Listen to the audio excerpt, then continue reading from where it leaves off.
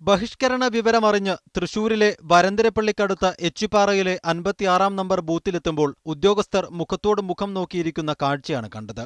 ആകെയുള്ള 728 വോട്ടർമാരിൽ വോട്ട് ചെയ്യാനെത്തിയത് വെറും 8 പേർ മാത്രം.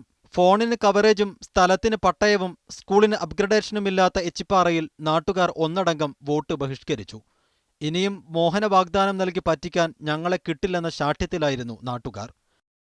കാണുന്ന ആ വീട് പണിയുന്നു, അപ്പുറത്തൊരു വീട് പണിയുന്നു. ആ വീടിന് ഒരു പഞ്ചായത്തിൽ നിന്നൊരു വീട്ടു നമ്പർ കിട്ടുന്നില്ല. വീട്ടു നമ്പർ കിട്ടാത്തതിന്റെ പേരിൽ തന്നെ കറണ്ട് കണക്ഷൻ കിട്ടുന്നില്ല.